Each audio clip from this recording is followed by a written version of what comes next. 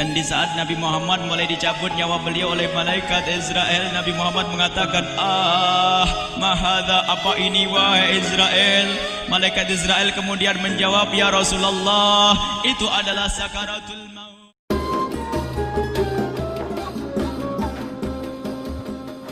Malaikat Jibril berkata, ya Rasulullah, di depan ada malaikat Israel mau masuk. Kata Rasulullah, boleh masuk, silakan. Kemudian malaikat Israel mengucapkan salam, dan setelah mengucapkan salam, malaikat Israel menawarkan, ya Rasulullah, aku disuruh oleh Allah untuk mencabut nyawamu atau membiarkan engkau. Dalam riwayat, aku disuruh oleh Allah untuk memberikan pilihan kepadamu, al-baqa' fid dunya, tetap di dunia, atau ar-rafiqal a'la, atau dengan Allah. Nabi Muhammad menjawab, ar-rafiqal a'la, dengan Allah. Kemudian setelah itu Nabi Muhammad berdoa agar umatnya selamat. Setelah ada jaminan umatnya selamat, malaikat Israel, sudahlah, cabut nyawaku kalau memang sudah waktuku. Mulailah Nabi Muhammad dicabut nyawa beliau oleh malaikat Israel. Dan di saat Nabi Muhammad mulai dicabut nyawa beliau oleh malaikat Israel, Nabi Muhammad mengatakan, mahadha, apa ini wahai Israel? Malaikat Israel kemudian menjawab, ya Rasulullah, itu adalah sakaratul maut, itu adalah sakitnya di dalam kematian. Kemudian Nabi Muhammad mengangkat tangannya sambil berucap, la ilaha illallah, inna lil mauti la sakarat, tidak ada Tuhan selain Allah, sungguh di dalam kematian ada sakitnya, sakit kematian, yaitu sakaratul maut. Kemudian Nabi Muhammad memohon, ya Allah, Allahumma khafif alayya sakaratul maut, ya Allah, ringankan sakaratul mautku ini, ya Allah. Dijawab oleh malaikat Israel, ya Rasulullah, itu sudah aku ringankan 70 kali. Nabi Muhammad menoleh, apa malaikat Israel? Sudah kau ringankan 70 kali keringanan? Iya ya Rasulullah, sungguh aku tidak pernah mencabut seorang hamba lebih lembut dari cara mencabut nyawamu. Ini sudah aku ringankan 70 kali. Setelah itu justru Nabi Muhammad menangis, Israel, 70 kali rasanya masih sakit. Iya ya Rasulullah, memang itu sakaratul maut. Lalu bagaimana engkau mencabut umatku, wahai Israel? Allah, yang diingat siapa? Umat. Kalau engkau mencabutku dengan ringan seperti ini masih sakit, bagaimana engkau mencabut umatku, ya Israel? Dijawab oleh malaikat Israel, umatmu manusia biasa, ya aku cabut, ya Rasulullah, begitu saja. Ya sudah, begitu habis. Nabi Muhammad menangis. Tiba-tiba Nabi Muhammad mengangkat tangan dan memohon kepada Allah, Allah, Allah, inna lil mauti la sakarat, la ilaha illallah, inna lil mauti la sakarat, sungguh di dalam kematian ada sakaratul maut. Allahumma khaffif ala ummati sakarat maut, ya Allah, ringankan dari umatku sakaratul maut, wa thaqqil alayya, dan bebankan kepadaku. Sampai tidak sadar doanya Nabi Muhammad seperti itu. Thaqqil alayya itu doa cinta. Seorang ibu yang pernah punya anak, tuh lihat kalau doa Rasulullah ini masih dilakukan. Bagaimana Rasulullah bisa doa begitu? Itu bahasa cinta yang tidak bisa diterjemahkan dengan oleh akal. Seorang ibu kadang-kadang, ibu yang di belakang, ibu mau dikasih sakit oleh Allah? Mau, Bu?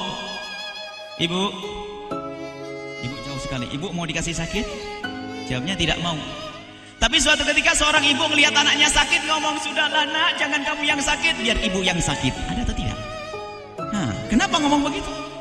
Itu bahasa cinta itu. Tidak rela kalau anak ini sakit, biar aku saja yang sakit. Itu yang dirasakan Rasulullah. Sakaratul maut begitu sakitnya, membayangkan betapa sakitnya umat Nabi Muhammad di saat dicabut nyawa beliau. Maka Rasulullah mengatakan, ya Allah, ringankan sakaratul maut dari umatku, bebankan kepadaku saja, ya Allah. Wala sawfa yu'tika fatarda. Permintaan Nabi Muhammad tidak ditolak oleh Allah, dikabul dan dikabul, wahai Muhammad. Sallu ala Nabi Muhammad. Dan benar, sakaratul maut kita ditahan oleh Rasulullah, ditanggung oleh Rasulullah, sehingga digambarkan oleh Imam Bukhari di saat Nabi Muhammad dicabut nyawa beliau, Siti Aisyah yang ada di situ. Rasulullah berada di pangkuan Siti Aisyah, yang saat itu Siti Aisyah melihat keringat dingin keluar dari kening Rasulullah. Siti Aisyah tidak pernah melihat keringat keluar seperti itu. Bahkan di saat dipegang kepala Rasulullah, panasnya melebihi dari panasnya orang biasa. Setiap kali ada kain dicelupkan di air, ditempelkan di kening Rasulullah langsung mengering. Saat itu Nabi Muhammad mengucapkan kalimat la ilaha illallah innal mauti lasakarat. Kemudian Nabi Muhammad berpesan dengan banyak pesan, dan di antara pesan Rasulullah adalah akri minni ala ummati salam, akri minni salam ala ummati wa ala man ittaba'ani wa ala man tabi'ani min ila yaumil qiyamati. Aku titip salam kepada umatku dan orang yang mengikutiku sampai hari kiamat. Sadari salam Rasulullah. Sebelum meninggal masih ingat titip salam. Salam kepada siapa? Bukan salam kepada siapa-siapa, tapi salam kepada kita. Maka mari kita mengucapkan salam kepada Rasulullah, karena Rasulullah sudah salam duluan kepada kita. Mari kita sejenak bersalam kepada Rasulullah dan hadirkan Rasulullah ada di mata kita dan di hati kita. Mari kita bersama-sama mengucapkan salam. Assalamualaikum ya Rasulullah. Assalamualaikum ya Rasulullah. Assalamualaikum ya Habiballah. Assalamualaikum ya Nabi Allah. Rasulullah mengucapkan salam untuk kita. Dan di saat itu Rasulullah keringat dingin keluar, maka oleh Siti Aisyah diusap. Oleh Siti Aisyah diusap, bayangkan saat itu Nabi Muhammad di pangkuan Siti Aisyah dan diusap oleh Siti Aisyah. Siti Aisyah berkata, keringat Rasulullah mengucur deras hingga aku usap, dan aku usap dengan tangannya Rasulullah. Diusap dengan tangannya Rasulullah. Siti Aisyah memegang tangan Rasulullah sendiri yang digunakan untuk mengusap keringat Rasulullah. Sahabat bertanya, Aisyah, kenapa harus dengan tangan Rasulullah tidak dengan tanganmu? Lihat jawab Siti Aisyah, karena tangan Rasulullah lebih lembut dari tanganku. Sallu ala Nabi Muhammad. Masih sempat nyanjung itu sahabat Nabi. Dalam keadaan begitu masih menyadari kelembutan tangan Rasulullah, jasad Rasulullah, kemuliaan Rasulullah sallallahu alaihi wasallam. Dan aku lebih menginginkan bahwasanya yang menyentuh jidat Nabi Muhammad adalah tangan yang paling mulia di dunia dan di akhirat. Siti Aisyah enggak berani menyentuhkan. Pengennya yang disentuhkan di kening Rasulullah adalah tangannya Rasulullah sallallahu alaihi wasallam.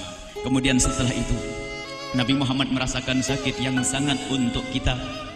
Kemudian Nabi Muhammad mengangkat tangan tinggi-tinggi mengucapkan la ilaha illallah innal mauti lasakarat.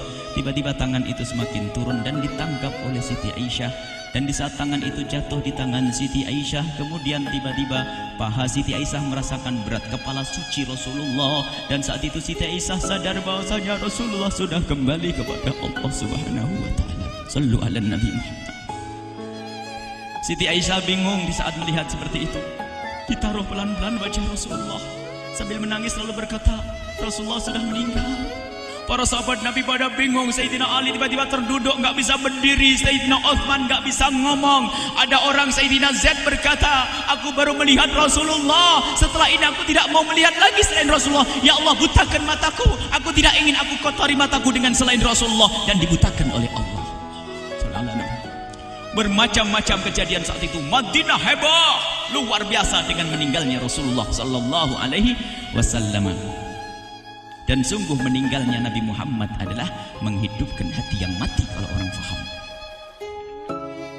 Tiba-tiba Sayyidina Abu Bakar datang. Setelah Sayyidina Umar mengatakan, siapa yang mengatakan Muhammad meninggal akan aku penggal lehernya.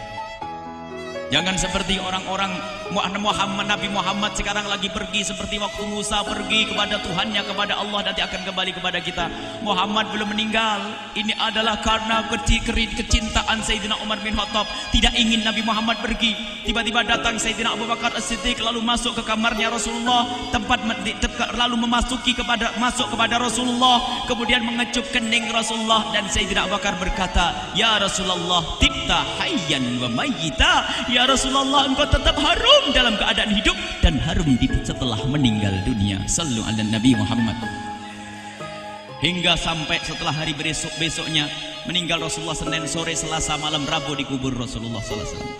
Setelah dikubur, Sayyidat Fatimah bertanya kepada Sayyidina Abdullah ibn Abbas, Sayyidina Anas, wahai Anas, hai Anas, sambil menangis Sayyidat Fatimah Zahra, hai Anas, bagaimana engkau tega? Atabat anfusukum an tahtu ra'sa Rasulillah. Apakah engkau rela menaburkan debu di atas kepala Rasulullah? Sayyidina Anas menangis kaget, ya wahai binta Rasulullah, kalau kami tidak dilupakan oleh Allah, niscaya tidak ada yang bisa mengubur Rasulullah. Jadi saat itu dilupakan oleh Allah, sehingga mereka tidak menyadari melakukan itu semua. Kalau mereka sadar, tidak akan bisa mengubur Rasulullah sallallahu alaihi wasallam. Ini yang diungkapkan oleh Sayyidina Anas, kalau seandainya kami tidak dilupakan oleh Allah, niscaya kami tidak akan mampu mengubur Rasulullah sallallahu alaihi wasallam. Kami yang hadir di sini, ya Allah, ingin senantiasa hadir di hati kami kekasih-Mu Nabi Muhammad. Maka kami mohon, ya Allah, jadikan kekasih-Mu Nabi Muhammad yang akan, ya Allah, yang akan mendampingi kami kelak saat Kau cabut nyawa kami, seperti yang Kau wahyukan kepada kekasih-Mu Nabi Muhammad. Wa absyiru bil jannati, semua hamba yang beriman akan menyaksikan surga, ya di saat dicabut nyawa mereka. Dan surga, di tempat surga itu yang paling mulia adalah Nabi Muhammad. Maka kami mohon, ya Allah, saat Kau cabut nyawa kami, ya Allah, hadirkan Nabi Muhammad di hati kami, ya Allah. Dan kami mohon, ya Allah, saat di alam barzah nanti, ya Allah, saat yang sangat mengerikan itu, ya Allah, kami mohon hadirkan kekasih-Mu Nabi Muhammad, sehingga kami tidak takut dan gentar lagi dengan malaikat mungkar nakir. Dan ya Allah, kami mohon di saat di padang mahsyar nanti, ya Allah, hadirkan kekasih-Mu Nabi Muhammad. Jadikanlah kekasih-Mu Nabi Muhammad yang akan menemani kami dan akan membonceng kami, membawa kami ke telaga Kausar.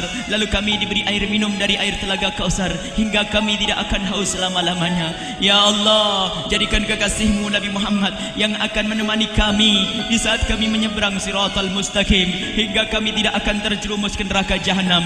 Dan jadikan kekasih-Mu Nabi Muhammad yang akan kami saksikan setiap saat di surga-Mu, ya Allah. Ya Allah, jadikan kekasih-Mu Nabi Muhammad yang senantiasa, ya Allah, kami lihat kelak di surga. Dan jadikan ucapan kami di akhir hayat kami kelak adalah, ya Allah, adalah kalimat agung dan mulia, la ilaha illallah Muhammadur Rasulullah, la ilaha illallah Muhammadur Rasulullah, la ilaha illallah.